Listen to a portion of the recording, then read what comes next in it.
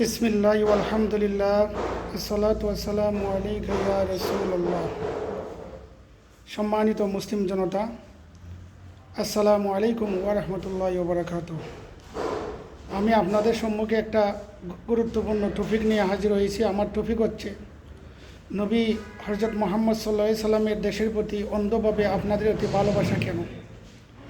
নবী দেশের মুসলমান যদি ইসলাম এবং মুসলমানের দুশ্মন হয়, প্রত্যক্ষ এবং পরোক্ষভাবে ইয়াহুদি নাসারাদের বন্ধু হয়, তখন তাদের বিরুদ্ধে রুখে দাঁড়ানো, তাদের বিরুদ্ধে স্ট্যান্ড এগেনিস্ট ও ফরজে আইন সকল মুসলমানের জন্য।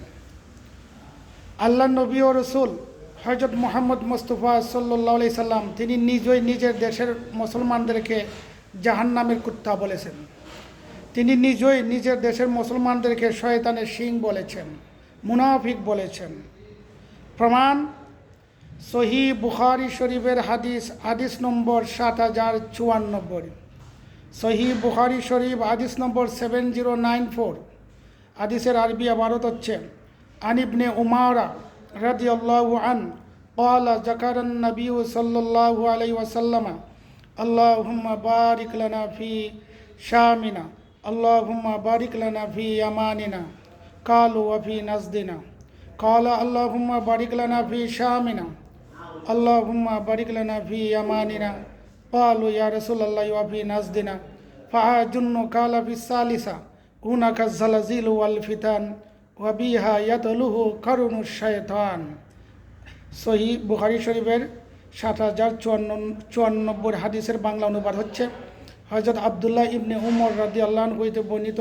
তিনি বলেন, আল্লাহর নবী হযরত মুহাম্মদ সাল্লাল্লাহু আলাইহি সাল্লাম এইভাবে দোয়া করলেন, আল্লাহ আমাদের শাম দেশে বরকত দাও। শাম মানে বর্তমান সিরিয়া। আল্লাহ আমাদের শাম দেশে বরকত দাও, আল্লাহ আমাদের ইয়ামান দেশে বরকত দাও। উপস্থিত সাহাবীরা আরজ করলেন, ইয়া রাসূলুল্লাহ নজদের জন্য দোয়া করুন। আল্লাহ নবী আবার বলেন, আল্লাহ আমাদের শাম দেশে বরকত দাও, আল্লাহ আমাদের ইয়ামান দেশে বরকত দাও।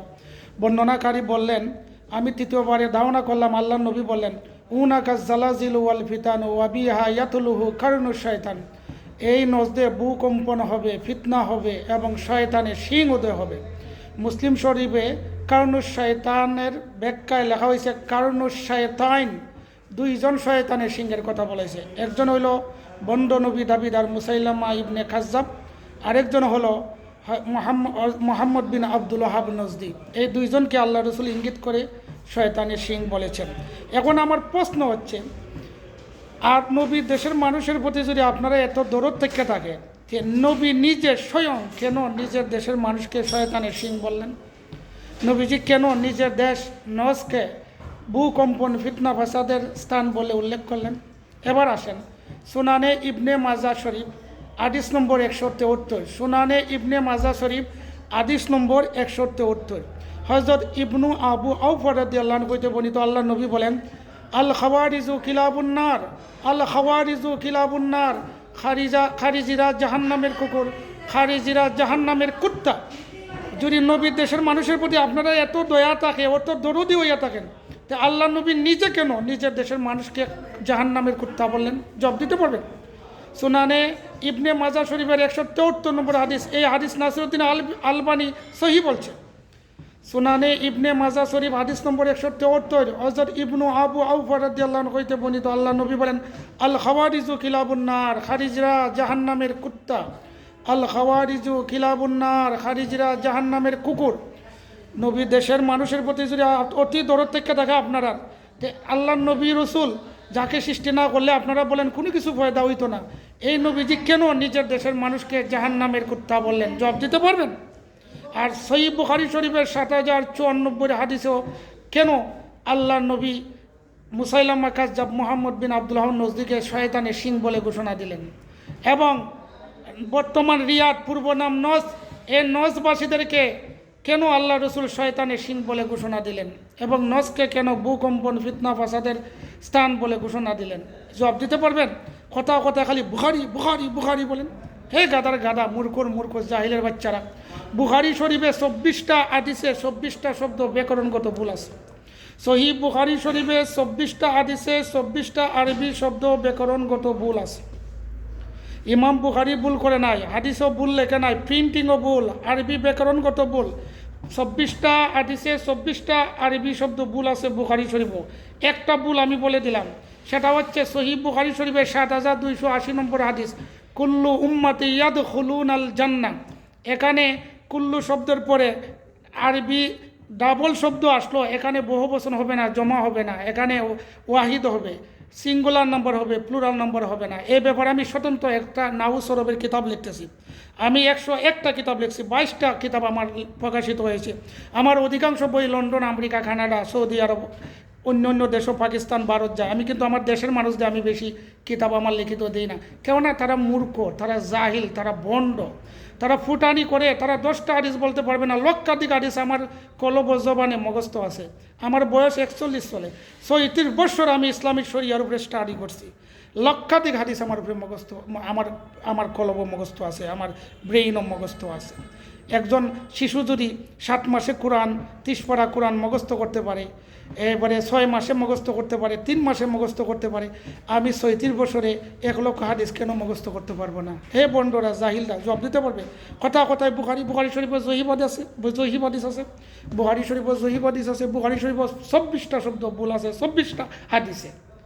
একটা ভুল হইল সহিহ বুখারী শরীফের 7280 নম্বর হাদিস, কুল্লু উম্মতি ইয়াদখুলুনাল জান্নাহ। এখানে কুল্লু উম্মতি ইয়াদখুলু হবে, ইয়াদখুলুনা হবে না।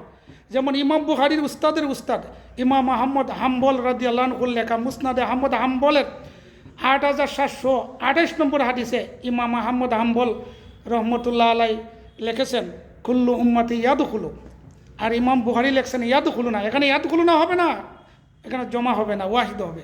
কেন হবে? শিখো, ভালো করে জ্ঞান অর্জন করো। কি ফুটানি! হে নবীর দেশের মানুষ ইরানে কেন বোমা মারে? হে নবীর দেশের মানুষে কেন মানুষের বিরোধিতা করে? নবীর দেশের মানুষে কেন উলঙ্গ মহিলাদেরকে ফুটবল খেলা খেলায়?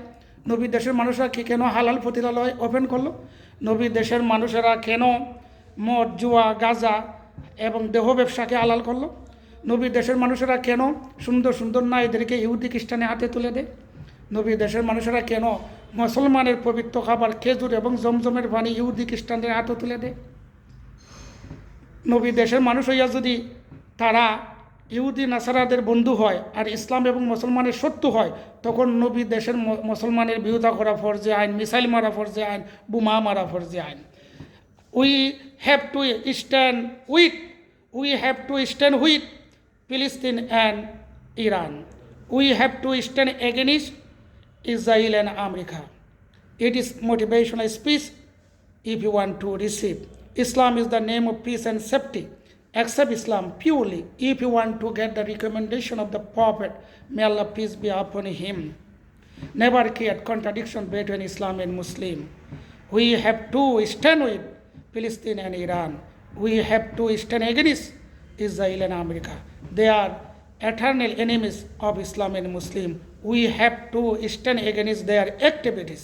Thanks everyone to follow my video.